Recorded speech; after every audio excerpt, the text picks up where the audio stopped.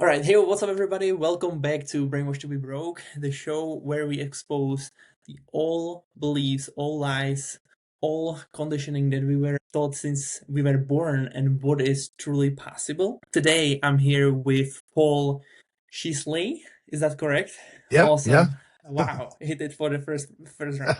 Awesome. He helps executives and professionals improve both their mental clarity and performance through psychology-based coaching and leadership development. So this is going to be really cool conversation, and I'm really pumped for it because so many people chase success like it's only an outside game. Okay, but your work and what I studied is more like suggests that what happens inside our mind may really decide more than most people even can realize, like of our in our lives. So without further ado, I would love to let you share a little bit about yourself, who you are for those who don't know you. We had a really cool conversation already before. He's also seems to emerging for with another company. He's gonna becoming a, I don't know what is the revenue there, but like it's gonna be probably something insane. So I'm really excited to hear even about that. But yeah, so what's your background and like what is the claim to fame for you? Sure. Well, Adam, thanks for having me. Sure. I really was looking forward to this conversation because when you first approached me, the podcast Brainwash to be Broke, I was like, that's so fascinating because it actually connects directly with much of the work that I do. And which obviously we'll get into. And so I appreciate the introduction. Licensed psychotherapist. I'm an executive performance coach. I'm an author and founder of EPC Leadership. And I think, to describe the premise of the work that I do is that it sits at the intersection of, as you mentioned, psychology, leadership, performance, relationships, and personal change. Um, and to highlight that even further, I think what makes my work a little different is that I have the ability I move between two worlds that I think people often think are completely separate. Because Mhm. there could be a part of my day where, I'm sitting with someone who's struggling with like anxiety or trauma or depression or relationship concerns. And then later in the same day, I'm working with a CEO or an entrepreneur, a physician, or even an executive team that's dealing with like succession planning or acquisition and mergers or major organizational change, or they're contemplating decisions that are going to affect hundreds of people within their company. And so on the surface, those appear to be very different conversations, but underneath they're actually about the same thing. And I could keep going on, and I know you have some questions, which I'm happy to jump into there. No, you're good. I love it. Well, when it comes to, most people basically start asking questions and diving exactly deeper into this type of conversation and being more curious about like what is your background, what do you actually do, like give us tactics and like strategies that you've been using and so on. But I'm really curious actually, like what is the true driving source for you? Like what is the thing that is behind the success that you've accomplished until this point? Yeah. So, okay, that's the question. All right. So, I think the driving force behind it's constant change. We have Mm. to, I think many people are afraid of change, but in order to, I think, appease one's, at least for my motivation, things that drive me, bring me happiness, that give me a sense of satisfaction is the constant change and ability to look around me and acknowledge when change is necessary. Mm. I've invested heavily in education and clinical training and professional development and advanced learning. And, I have utilized every environment, resource, knowledge, credibility, or discipline, or access and foundation to be able to build my own. And every one of those environments for me have done something different. And Mm, every one of those environments have been selected and chosen because of what advantage they gave me. For example, the educational piece, that expanded what I needed to know, or what right? And then picking certain environments. The environment that you're in is either going to expand or restrict. And as we talked about, there were several opportunities and systems that I could have been implored to, but I believe that those over time were beginning to restrict me. And so I mm, had to believe, okay, there's something else here that's possible. Even changing those environments, it's all right, well, who do I need to surround myself around? And that's why I needed to surround myself around people that matter, mm, because those influences, those people teach us something very different than the environments that we've either worked in or the environments that we've learned in. mm. And I think that we have to be able to calibrate those experiences, and then calibrate it to our environment, or at least the environment that we're seeking out. Really interesting. Because like when you think about it, the way that you describe it, it seems to me like you've been wired basically a little bit different way since you were like born kind of thing. It seems to me like because like I had talked to a lot of people Hmm. and you are really interesting because like being no, I don't know if the right word is force or if you actually been like, drawn to like studying psychology like from right from the young age and so on and like you found love in this type of environment and studying this type of things that for most people in the world is literally like the most boring thing that they can ever imagine, Hmm. right? And like when you mentioned that you are hungry for change all the time or seeking change, what do you mean by that, like specifically? Because like that's really interesting. Because like for us as a humans, this is like nobody wants to change. Everybody wants to Yeah. stay the same because that's the comfort. Yes. So like how that become even a thing for you? I'm like really curious about this. Yeah. Yeah. You know. Oh gosh, this is a great topic. So a person can unconsciously stay at a level that preserves a sense of belonging and safety. And every decision that I've made has come with a risk and a trade off. And, that is something that may have got me here, or has gotten me here to speak with you today. And then it might not have. I do get that compliment quite a bit that, wow, you have taken so much risk. I can't believe you're taking that risk. And it's like, well, I have to, and then I ask them, well, what keeps you stuck? And they often come up with several reasons. And I'll tell you that a lack of information is not usually the main one, Mm, because especially now, we live in a time where information is everywhere. When I look back and I go, man, I wish I had the information I had now. As I was talking to you, when I first started out in my clinical the practice, I was nah. sitting Indian style on a floor, uh, putting stamps and my business card that had probably a paragraph on it of my information, and mailing it out to different professionals, and coming to my mailbox a couple days later to see that they had all returned because some of the addresses were wrong. I mean, if I were to start a practice now, right, it'd all be different, but I'll digress on that. But anyway, people have access to books, podcasts. There wasn't podcasts when I was, getting into this, and videos and courses and mentors and social media and experts in almost pretty much every field. But most people know more than they are applying, and the gap isn't simply between ignorance and knowledge. I think it's between knowledge and behavior. People know that they should like save money, but they don't. They know Mm, people have the conversation, or should have a conversation, but they avoid it, which is something I had to learn, is to have conversations that felt very intimidating, and I'm glad I had them. And I'll often say, if you're uncomfortable, that's exactly where you need to be, because being uncomfortable is a part of growth, and being uncomfortable is a part of entrepreneurship. And, people, they work hourly jobs. There's nothing wrong with that. They know they should have a job, but they choose to stay. So there's a lot of procrastination and laziness, and there's just so many obstacles that can get in the way that can expose someone to poor judgment or no choice or lack of choice.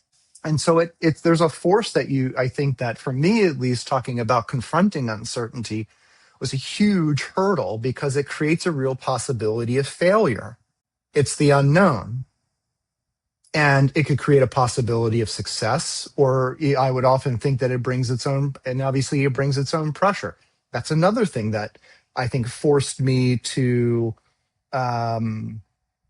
or actually I should say was another learning challenge, is that not letting pressure dictate my behavior, Mm. because feelings can hang us up.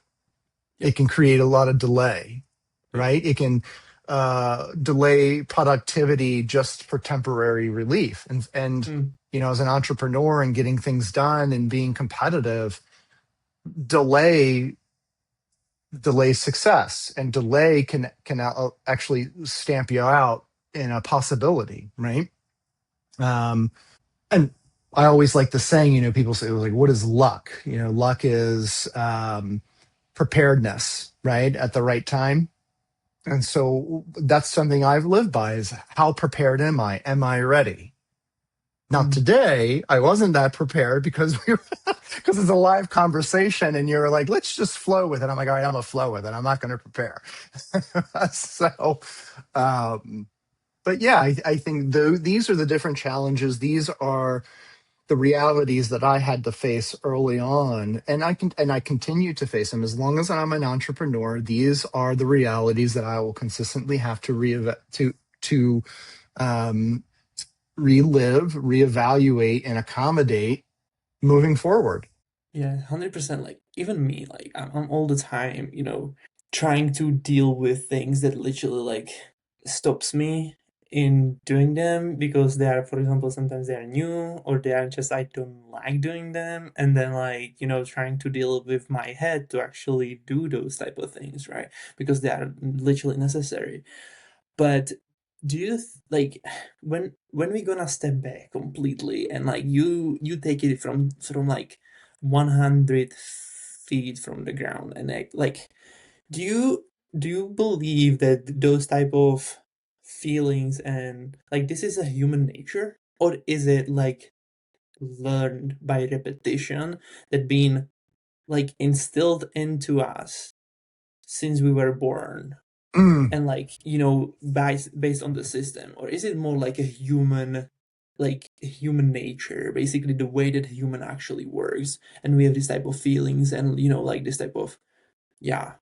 yeah, no, absolutely. I mean, well, to give a shorter answer, which could be a segment of itself, is that's we are instinctual with fight, flight, or freeze, Mm. right? And so we're always evaluating the environment for risk, Mm-hmm. subconsciously and consciously.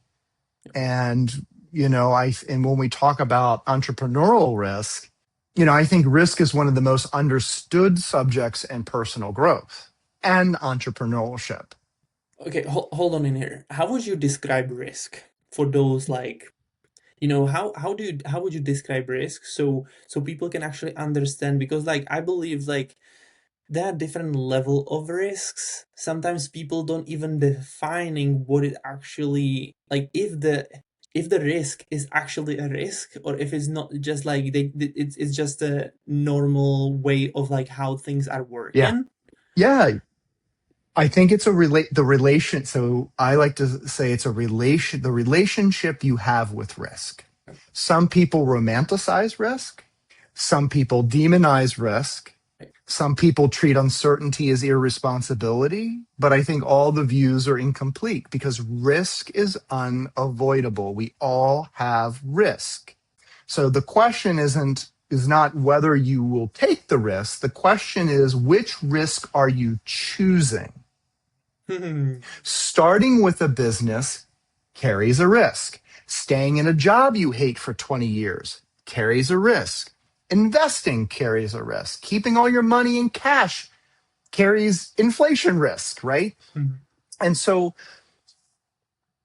it's people tend to calculate the visible risk of action, and I think people ignore the invisible risk of inaction.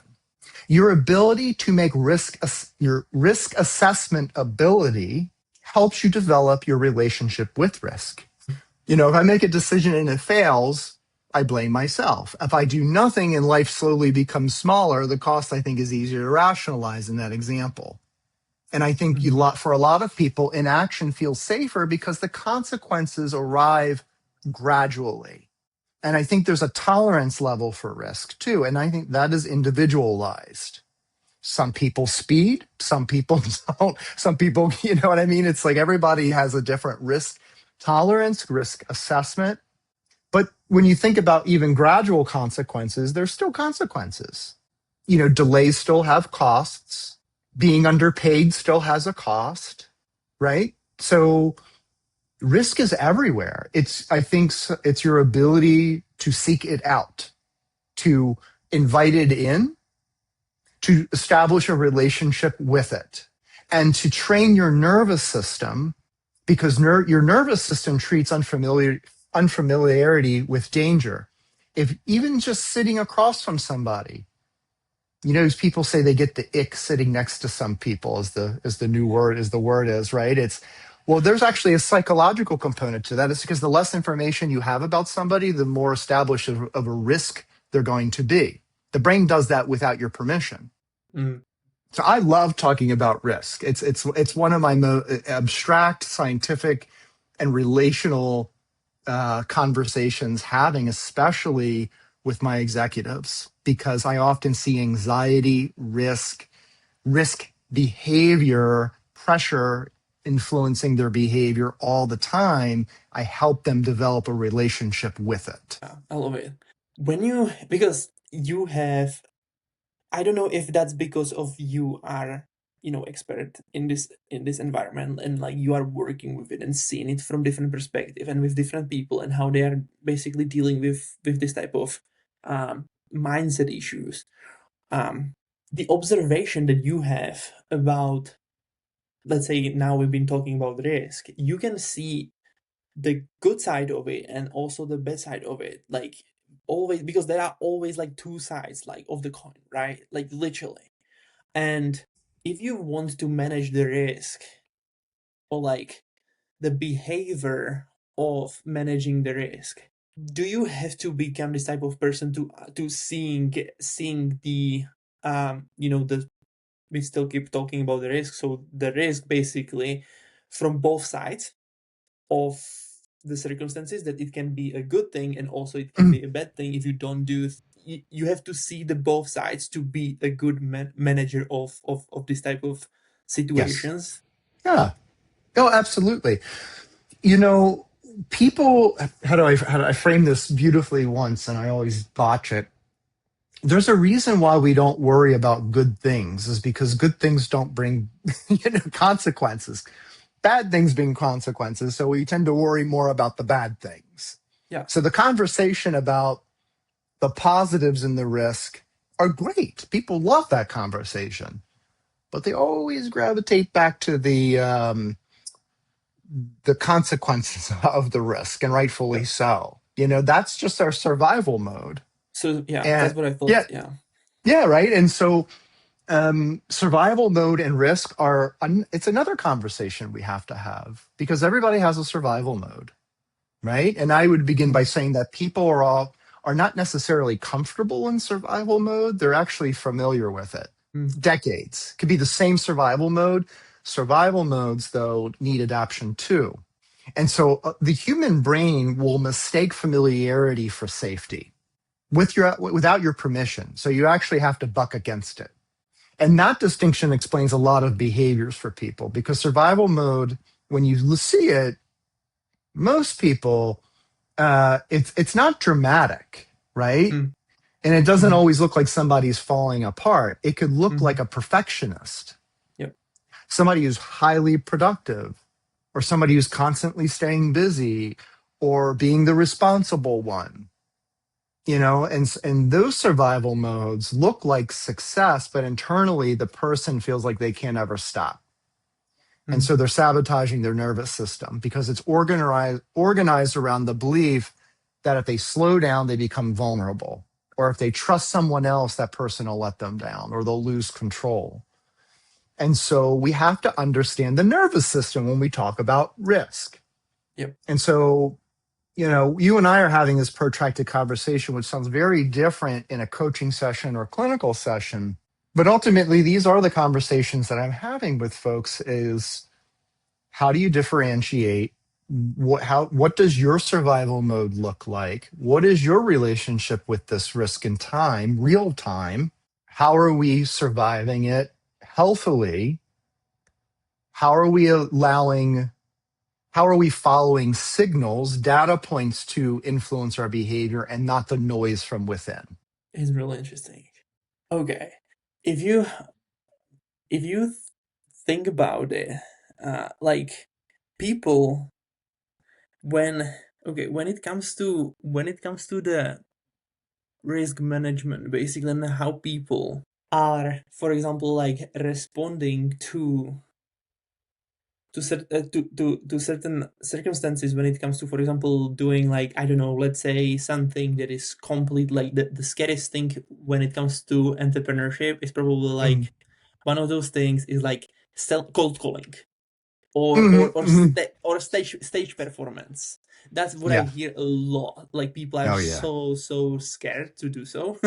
I don't know if it's because of um the way that uh they experienced it from their past, like people, like, the people that Oh, yeah. they didn't really know how to sell.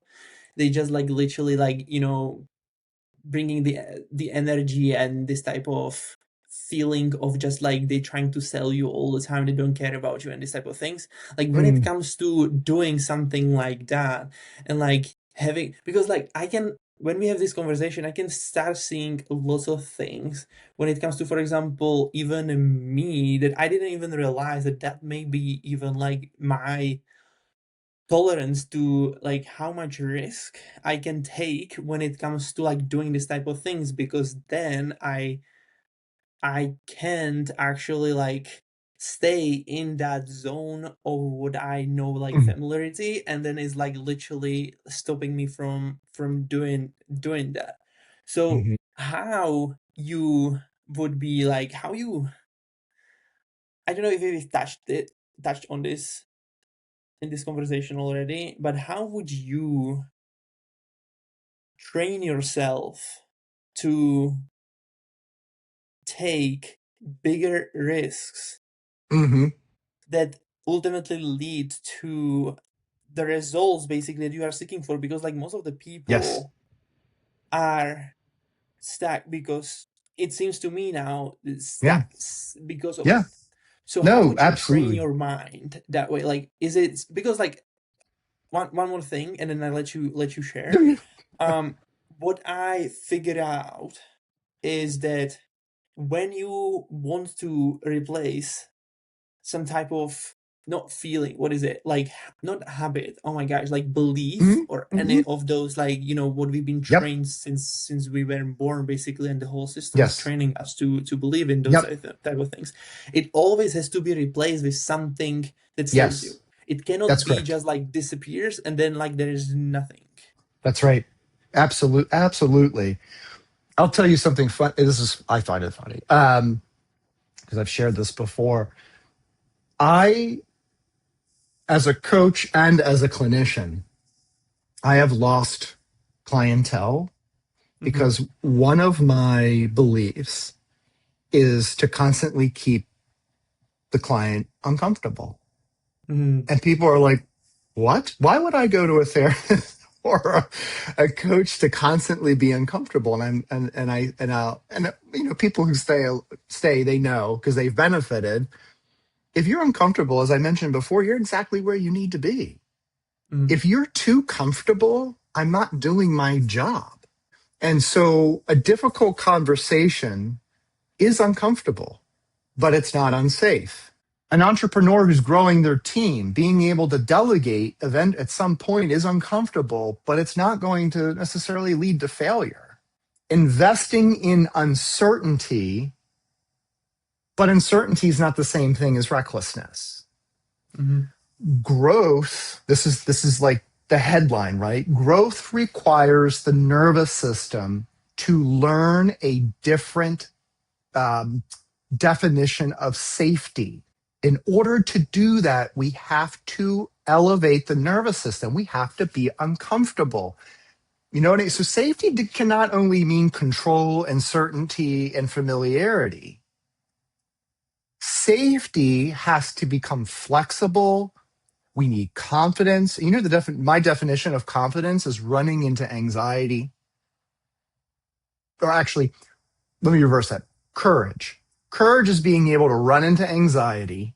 Confidence comes after. Confidence is I can do it. I can keep running into anxiety and I can recover when things don't go perfectly. And you're absolutely right. The CEOs that I work with, the entrepreneurs, the clients, patients, they are coming with old scripts, old nervous systems, rules for living. And sometimes those rules for living and those scripts have served them well, but now they're cutting both ways. And it's not working the way that they need it to because they've been promoted, because now they have to delegate, because now they're speaking in front of 100 people, or because they've gotten into a new relationship. And so we have part of my job is to help people be curious and to go, oh, I figured out my own pattern. I understand there's an origin to this. I understand its purpose. I understand the purpose still kind of works, but it's not working the way that it used to. Now we got to get uncomfortable. We got to get uncomfortable for that change to happen. We got to elevate the nervous system to prove that we don't have to follow that old script. Hmm. That's the part that keeps me engaged in the work that I do, is because I love seeing that growth in people. Love it. I love getting emails 6 months, 1 year from now where, you know, they've gone on from managing 2 people to now they've got 60. And they're like, I'm doing it. I'm doing the work that we talked about.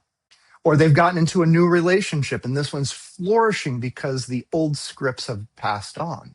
Now, I love, this is one of my other favorite sayings, is that I only work with intelligent people. And if it was a matter of intelligence, I'd be out of business. What do you Just mean by that, because we're, actually? yep. So just because we're smart, we can see the pattern doesn't mean that pattern changes. We have to Mm, elevate the nervous system. And mm, that's where we get into the whole sticky wicket of emotional intelligence right.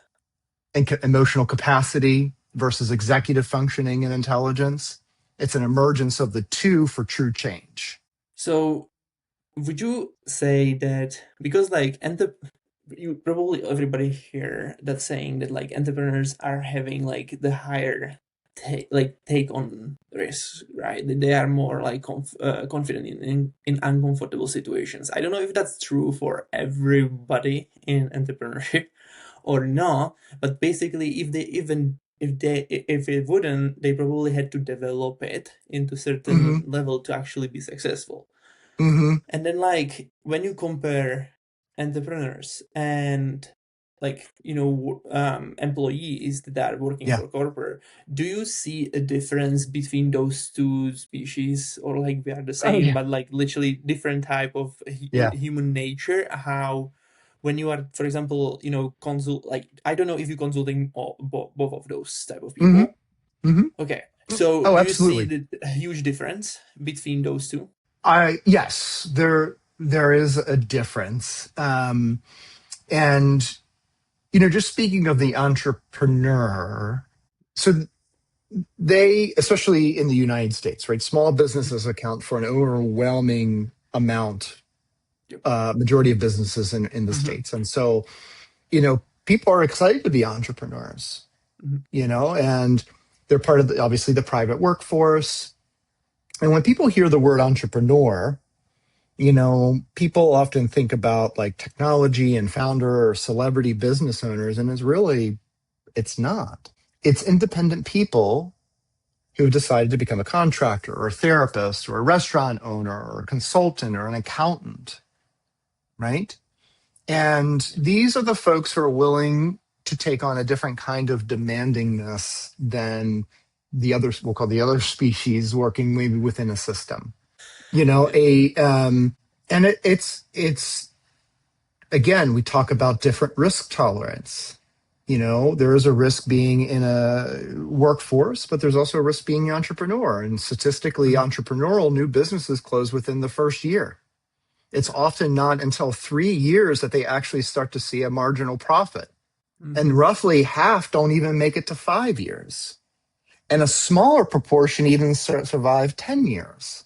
And so a lot of times people sometimes hear these statistics and they conclude entrepreneurship is just not in their wheelhouse, not risky. And so that's another differentiation is that often working for a larger company, there's gradual risk, more graduality in there, but I also think it's more comfort. And I think that's also one of the differences because and not I understand like there's a lot of companies who encourage growth. You know, they want people to learn, they want people to be promoted. I think another difference with entrepreneurial is that you have to develop a business competence, a mm, financial discipline. Somebody else does that in a company. The competence piece, the strategies often occur with someone else. Unless you're the CEO, then that's a different story. There's an adaptability piece and the ability to make decisions with incomplete information. If we're not talking about C-suite folks, we're talking maybe about managerials or lowers or other direct reports. They're often working with completed information. The incomplete is all the way up at the top, which is why I kind of keep the C-suite folks out of that conversation. You know, and I think most people are educated to succeed in environments where there is a correct answer. mm.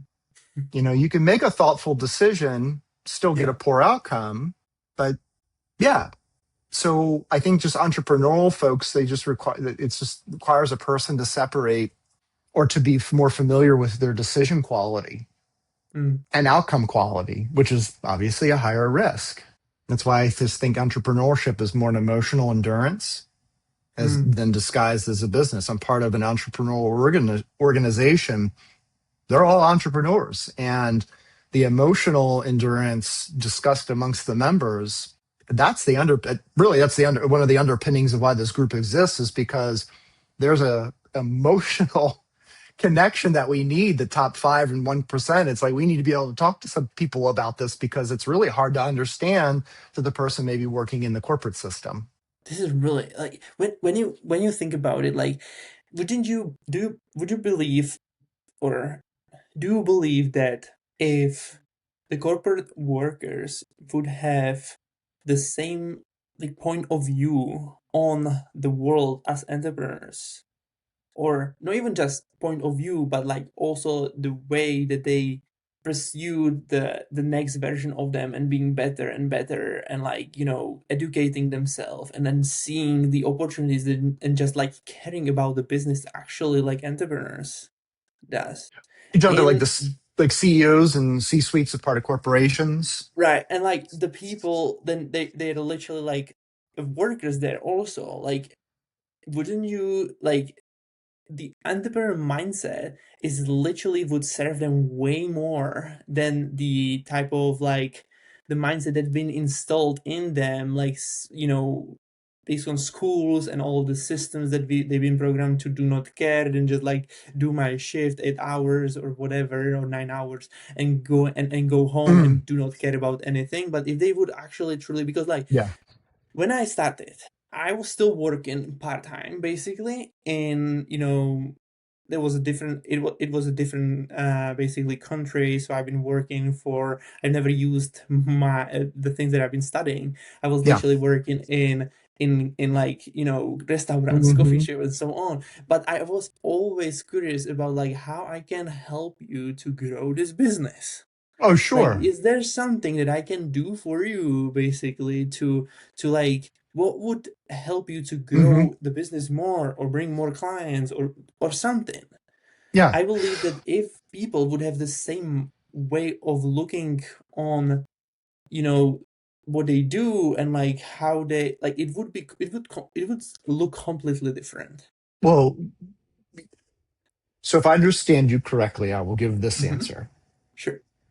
When we talk about like succession planning, for example, Right. we're often looking for a new leadership position Okay. based on the organizational value, the culture. And I may interview four different types, four CEOs, all different. And so having to make sure that that CEO, who the applicant, is a good fit. Maybe they want a visionary. I'm going to look for that visionary leader in the four of them. Mm, Maybe they don't. mm, Maybe they want someone that is more kind of willing to be more stabilizing, what concurrent, keeping things as is, just kind of moving in and replacing. I need to make sure that I don't hire the visionary, because they can often become the bottleneck or the constraint. ooh, yeah, That I see what you're visionary may talking about. may chase too many opportunities, or they may restrict the structure, or they may keep the decision centralized, or avoid operational discipline. And that may be a complete risk for that leadership position and the organizational culture. Right. A CEO may, in this case, is responsible for the entire organizational work. Mm-hmm. They're there to also protect the culture and to produce sustainable results. That entrepreneur is strongest at creating something from nothing. They're the ones Mm-hmm. jumping off of the cliff with all the airplane parts, trying to put the airplane together before they hit the bottom. They're spotting opportunity. They're taking risks. They're selling a vision. They're the nucleus. Or Yep. within a CEO organizational, they're not the nucleus. There's many moving parts to this. So the idea, an entrepreneurial CEO, though, does offer benefit because they can preserve curiosity responsibly. They can encourage and have opportunity seeking responsibly, but there is going to have to become a discipline to that. Right. And Okay. obviously they This have is, a leadership depth, right? Yeah. yep. This They is really also cool. they also need to have financial accountability. Yep. Yep. Yep. Yep. So an entrepreneur may be better at starting a business, but a CEO has to make the company sustainable. Ooh, yeah. The entrepreneur is going to create possibility. That's awesome. And obviously Do you the think, yeah, do you think that this is the reason why most entrepreneurs never pass, for example, the million mark and so on, because they think a certain way that they basically still have the type of like employee mindset sure, instilled in them to actually be able to. very, very true. Could absolutely. We all have restraints. This is why executive coaching is an investment for someone to come Mhm. in and say, why am I not growing? I'm stuck at maybe a $500,000 revenue, not the take home. Or why Yep. am I stuck at 1.3, but not the take home? And so I think that we all have blind spots. Would you be able to, based on your experience and expertise, would you be able to, how could I describe this? Like share levels, or like what do you think about like what type of levels of the entrepreneurship you should be like when it comes to the mindset and your expertise, basically being like what type of what type of mindset work you would be focusing on different level of business when you're coming and growing your business, for example, to I don't know, let's say 100,000 per year, from 100 to 1 million, for example, from million to 10 millions, from 10 to 100 millions. What the difference is, if you had the experience, what you've been like seeing that you've been concentrating more in this, like in different levels of the entrepreneur or CEO, that like literally stop them from achieving the next level. Does that make sense? I think I've got what you're putting down. Okay. And if I go off and it's not, just let me know.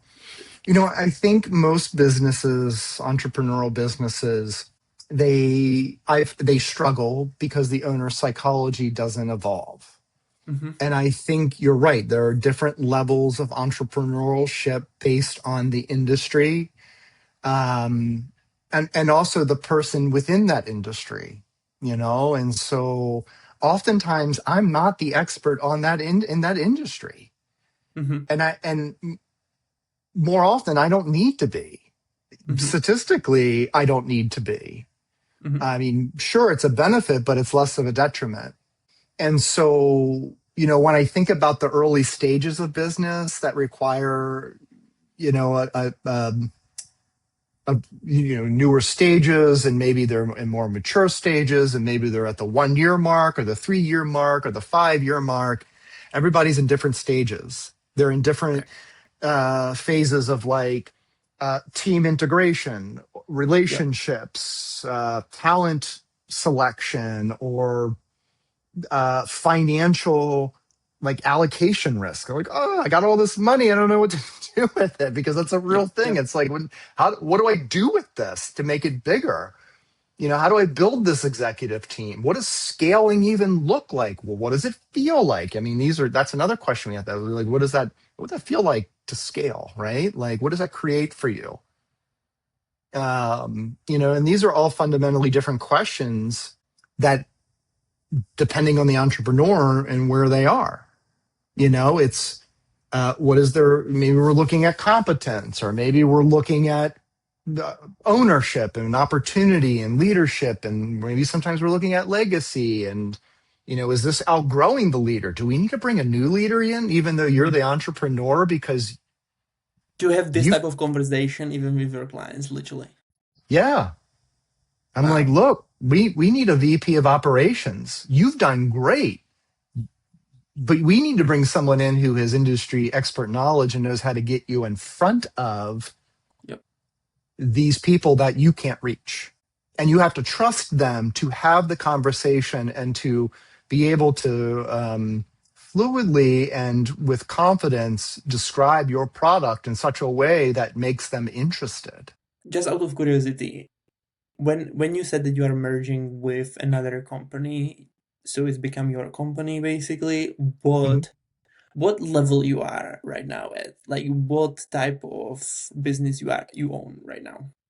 Right. So mine currently EPC leadership, executive performance coaching. So that essentially working with executives, leadership teams, evaluating deficiencies, succession planning, looking at promotions, hiring, cultural change, change management strategies, and so the idea is to continue to grow that. And Yep. sometimes there are, I'll call them entrepreneurial shortcuts, Mm-hmm. where people have established businesses that have taken years, Mm-hmm. which I don't have time to wait around for. So Yep. it's better that I just go buy it, so that then I have this asset to enhance the product that I'm already providing. So when it comes to, when you mention assets, okay, so like you probably have very different point of view on, like business and so on, like then really like lots of people that are probably starting a businesses, or they are maybe even some years in a business, because like when it comes to assets, how do you find what type of business you would be buying, for example, that makes sense and like it's actually asset for you? Yeah, I mean, I think it has to be, well, at least for me in current situation, I'm looking for something that is directly related within the vision of my organization. Hmm. But people buy organizations that they have What is the most valuable asset of the business itself, usually like when you are looking for? yeah. Well, one, I think the type of company that I'm looking for should be one that I can foresee 20 years from now, And so I also have to start with myself, essentially. How do I find a business? It's not, what's for sale, it's what kind of owner do I want to become? How do I fit myself into this? What does that look like? How does that affect? There's a lot of personal pieces to this. Yeah. It's like, how do I fit into this? What is this lifestyle going to look like for me? Am I going to enjoy this? Obviously, there's a financial piece to it, which is the recurring revenue and project based work. Do I want to innovate, or is this part of an optimization, or is it both? Do I want 30 employees, or do I want 300? Do I want to sell or build? I like to believe that I am a builder. If I was a seller, I'd buy a paint company, make it better, and flip it. There are people who do that, people who own 3 and 4 different types of entrepreneurial opportunities, none of which they created, they purchased. So Hmm. that's a different type of entrepreneurial work, all under the same umbrella. Some people even buying companies before them even like, instead of building them, because like we Mhm. probably all agree that the bootstrapping is literally the hardest, Oh, totally. Yes. you know, But period of time. it's Yeah. it's very difficult to acquire as well. I mean, that's Yeah. not, a patch of roses, Mm, because there's risk in determining this. Is it a strategic fit? What level of personal energy is going to go into this? How can we mm, predict growth potential? What's the realistic double or tripling factors? Can we do that? Some of these businesses you can't. Is there a competitive advantage? Is it, again, like I said, is it a lifestyle fit? Does this create the type of life I actually want? Sometimes I'll ask people, I'll say, are you just buying yourself another job? Is there any advantage to this? how did you get, like, it seems like that, like when you've been sharing, it's like that you are participating with a lot of like similar level of business owners, or even higher, like masterminds and so on. Like, it seems to me like, do you looking for this type of communities that you are literally like, are engaged with, and Mm, with a like, are, is it healthy way to like literally, because like, well, a healthy way, I wouldn't say healthy way, because like I believe that when it comes to all investments that I've ever done to be in the rooms with base matter people that I am, actually had a huge impact on everything what I've been doing, because hmm. like they, if the community is right, they literally, it motivates you to become one of them. So like Yes. when the standard is this way and you are here, it's literally naturally moving you towards being one of them, because like that's the human nature. We want more all the time, we want to be better, we want to, and then we see that it's actually possible around us, and the Yeah. environment piece is literally. So are you, was that one of the biggest for you, um like sources of informations, and like literally like growing yourself, or how do you grow Yeah. like Yeah. yourself every day? Do you read, or what do you do actually? I'm just curious. No, that's a great question. It's a lived experience, and I say it Hmm. because I live it. It's the more you know, the more you realize you don't know. Yeah. And I just reflecting on people I've met over years, starting in a Hmm. conversation initially, and just knowing, like, wow, there's so much that I don't know, and now I know. When I look back on that conversation or when I meet them again, it's a totally different relationship. Yeah. And so I do appreciate being around individuals of similar caliber, people who are where I was 10 years ago, and people who are, I would say, where I want to be in 10 years, but maybe 10 years more experience. Because I always learn something from people. I don't limit myself to, one subcategory of folks just because I might feel that I fit or I'm comfortable. Like I said, I like to make myself uncomfortable.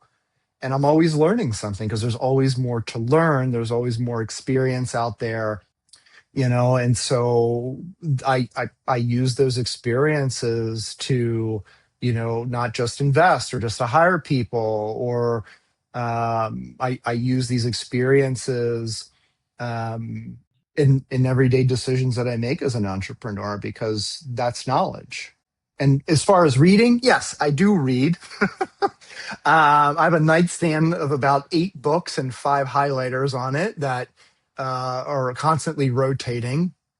And then at some point I got maybe bored reading books, and I decided to write mine, which I'm hoping which will be done maybe by the end of August. So I'm excited about that. Um, which I'll love to share, send you a copy. Oh, that would be So awesome. I love it. yeah, so, yeah. I mean, I Yeah, I just heard that you are an author also. You wrote a book, or we are talking about that you are about to write a book, or you are writing a book. You are in process. yeah. So the first draft of the entire book is complete, Uh-huh. and it has been a long journey.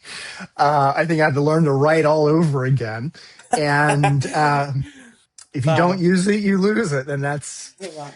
don't ask me to do math.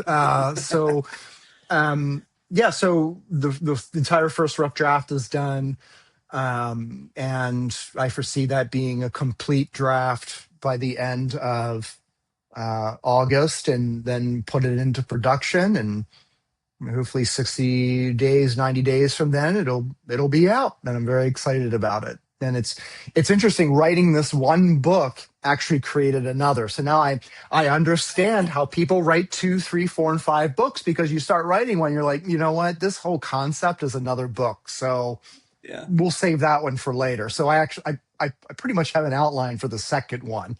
I just have to have the wherewithal to actually want to do it after this one. What's the name of the book that you are writing now? Oh, that's a secret, because Okay. I haven't came up with it yet, because I haven't agreed with myself on what it needs to be.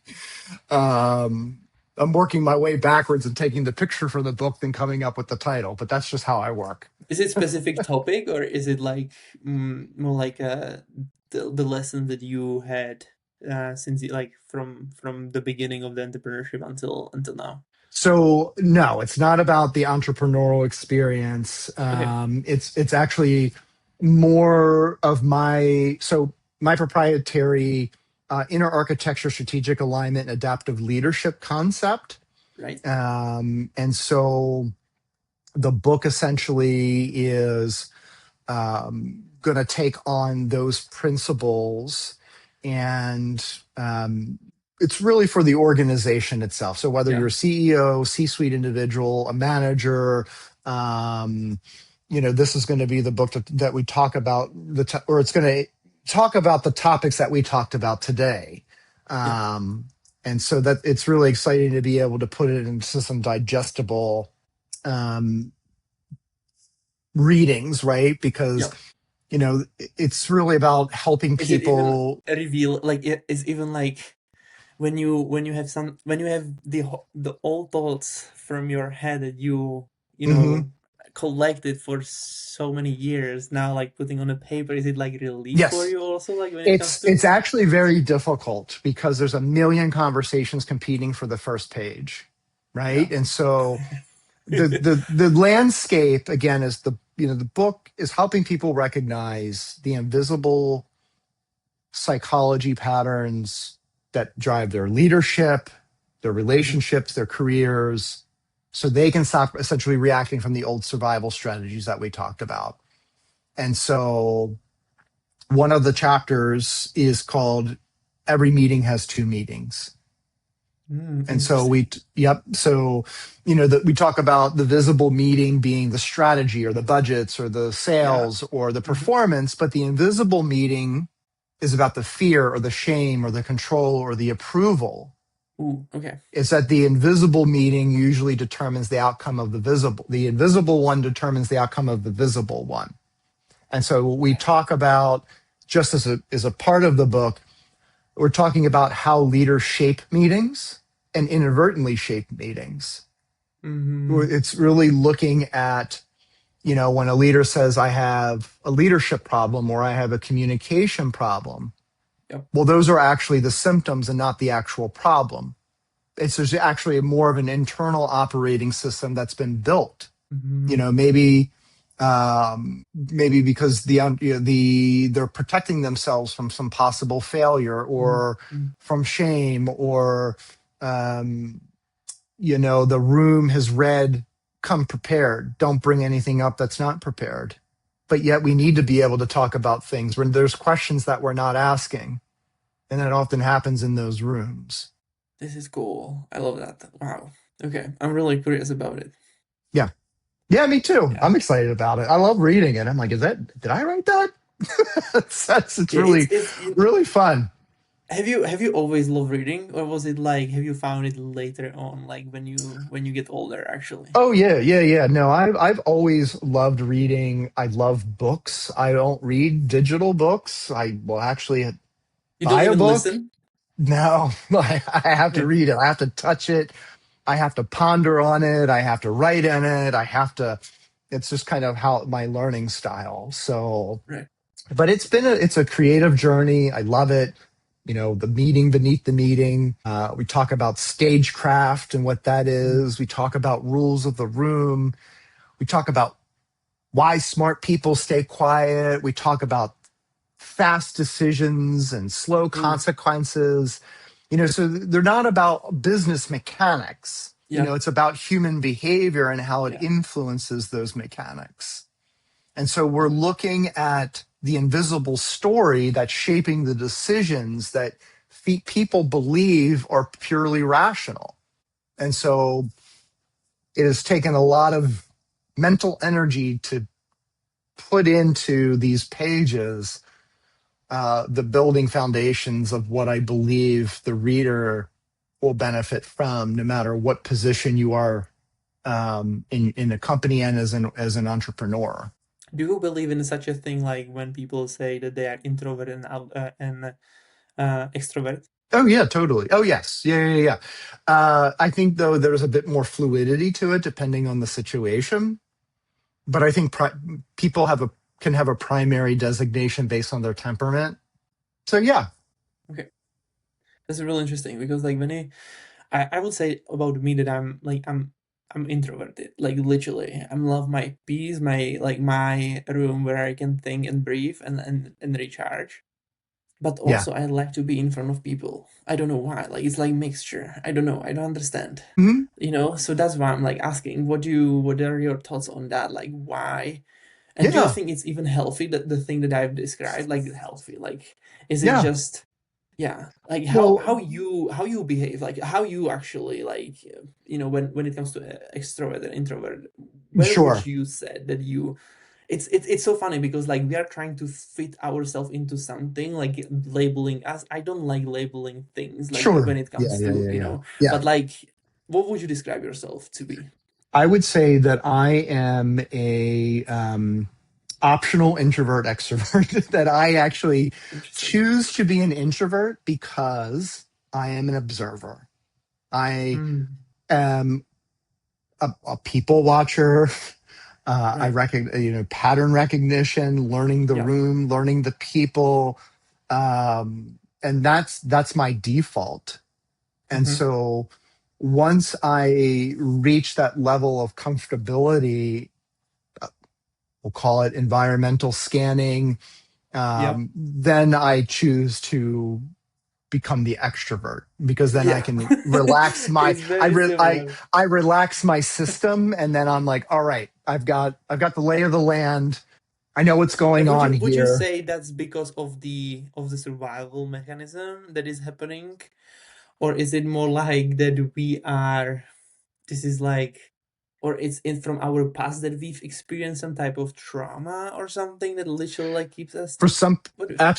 the answer is yes to all of the above. For me, I think yeah, it's probably the risk assessment, but it's also training. I mean, I've Mm, been trained to shut up and listen, to be very precise in what I yeah. say or ask or observe. That's what that is for majority of the time. And so I guess unless I have a cocktail or two, I may bypass that. But other than that, my default is to be that. So now anybody who's listens to this, I meet them, they're gonna be like, "Oh, you're evaluating me." I'm like, "Well, yeah, I want to make sure that I'm connecting to you." Yes. So, um, Oh, yeah. oh, that's so cool. Well, Brother, thank you so much. We are here already like 5 minutes over Oh, time, yeah. but like I have last question for you and then like free rapid fire, if that's okay. Sure. So the last question is like I'm really curious like when, because I believe that like humans without a vision perish, right? Like without the goal there is like literally you just don't, like you just circling around. So like when it comes to vision, like your vision, like where are you headed with your business and also like with maybe even like personal life? I don't know, do you have like, I don't know, even I haven't asked, but like do you have a family, do you have kids? I do. Yeah. Right. So they're always a part of the vision, and so,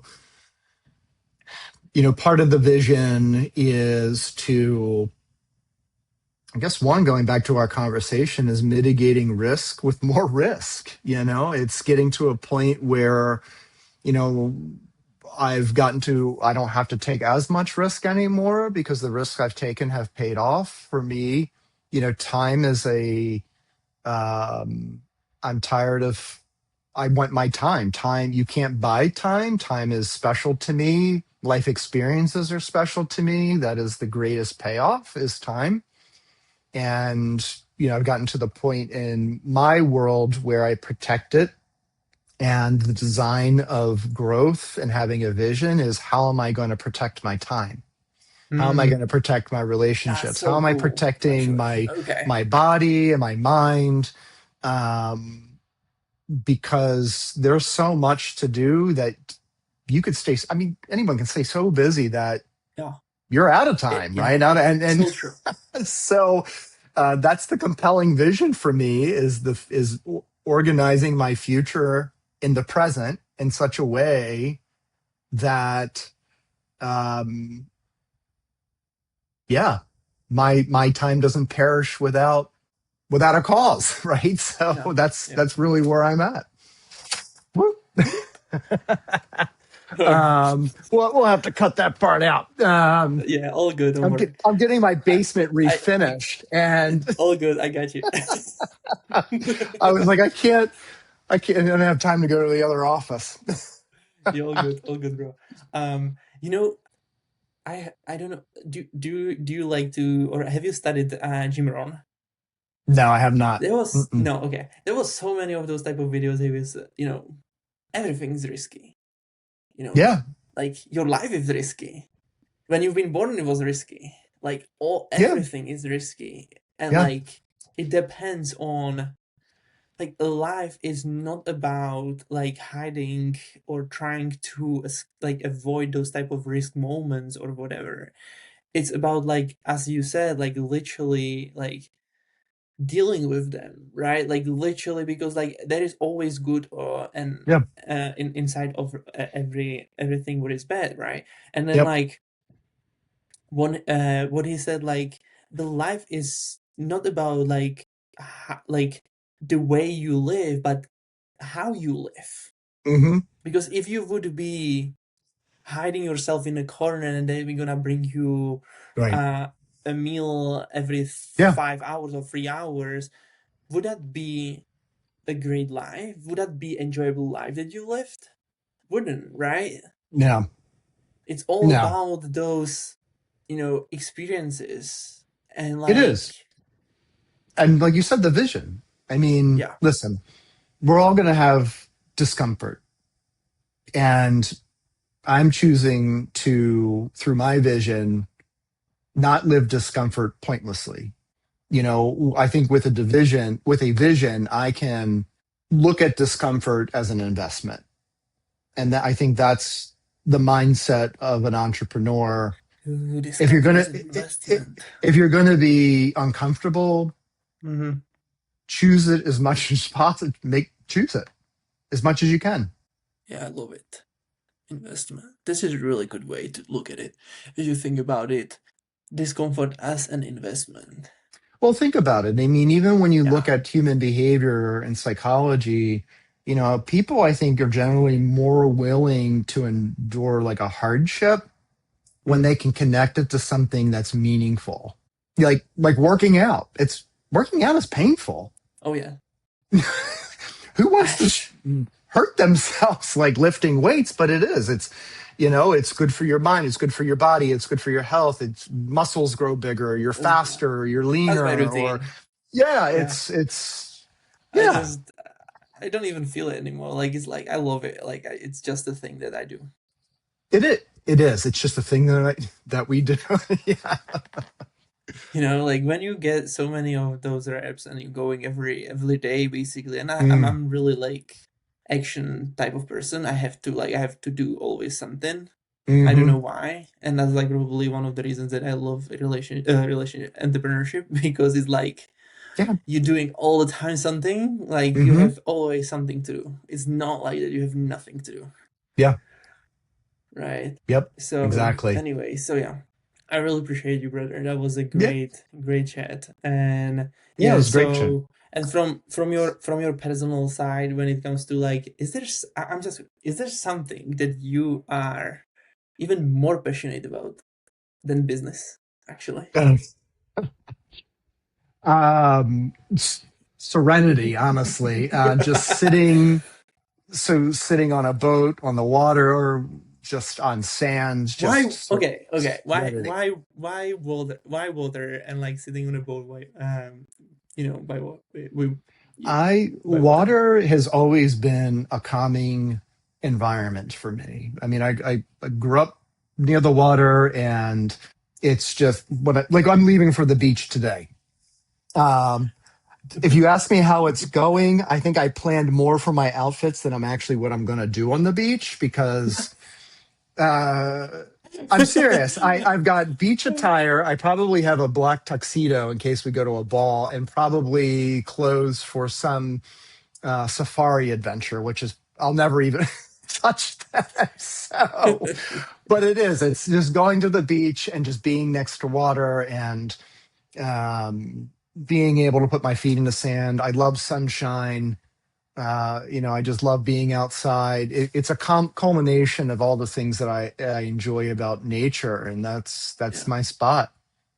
yeah, love it. All the So best thoughts came to me on always in the water. It's so crazy. it yeah, and so working on the water, I'll read my draft of the book sitting on the Yeah. beach. I'll bring a book with me. I'll write my ideas down. Just changing. That's the other thing, changing your environments when you're doing visionary work, I think is so important because the Ooh. just a change in the environment, I believe, can change the perspective. Oh sure. Yeah. True.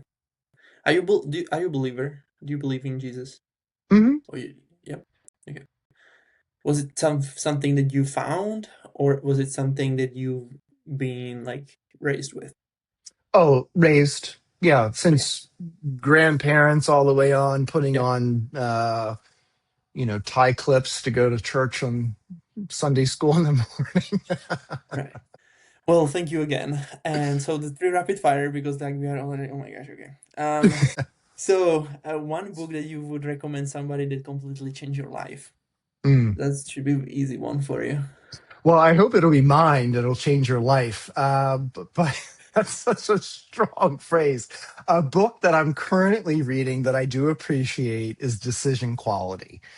The thing that I love about Decision Quality, the read, is that we all think we make good decisions and we don't. We all think Mm, we know how to make good decisions and we don't. And we all think we have a process for making good decisions, but it could be better.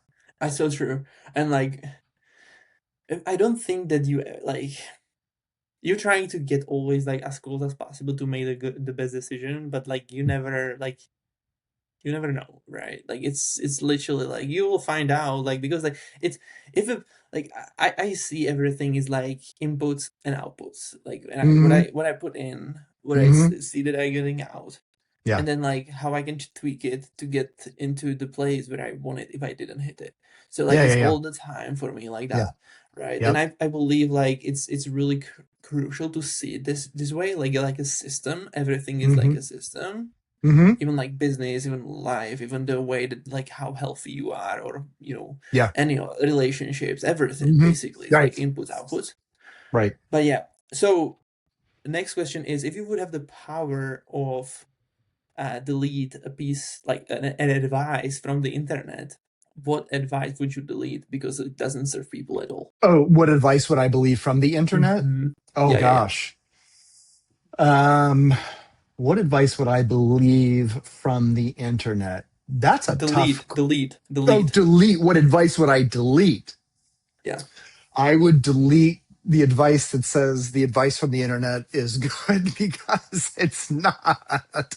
I have so many people. Oh gosh, I just have so many people who fail to hire professionals for the needs that they have because the internet told them, like they're doing their QOE or something, or they're writing their intent to purchase through Chat GPT, and I'm like, you need to hire an attorney, you need to hire an accountant, you need to hire an executive coach, you need to hire a therapist.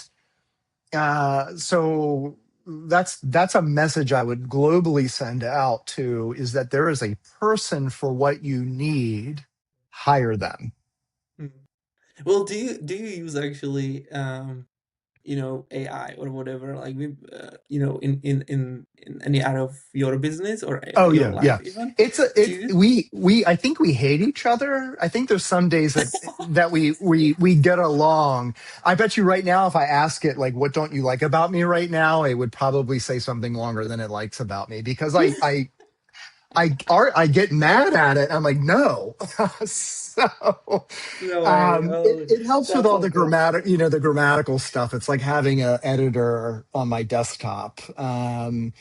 But and it can sometimes help me narrate ideas that just for like fluidity purposes, Yeah, some yeah, shortcuts, but it's not generating these yeah. concepts. It's not taking 20 years, some years clocking 135,000 minutes of Mm. direct client contact. It's not doing that. You can't do that.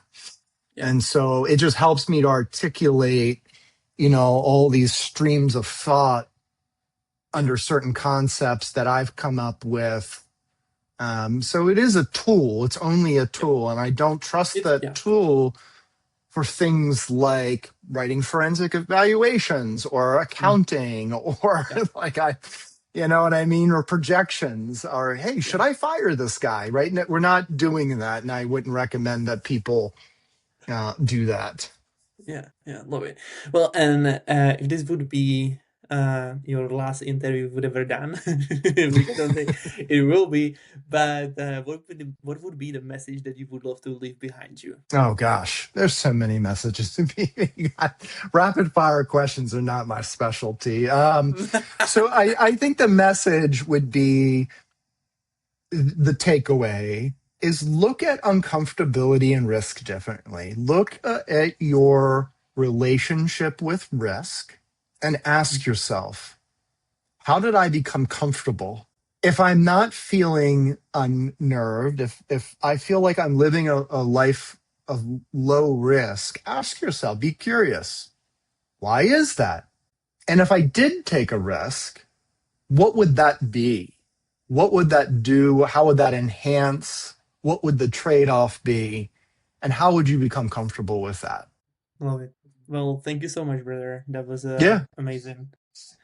Well, thank you. And and for everybody who's listening, there was a poll, and we Yeah. will see you guys in the next episode.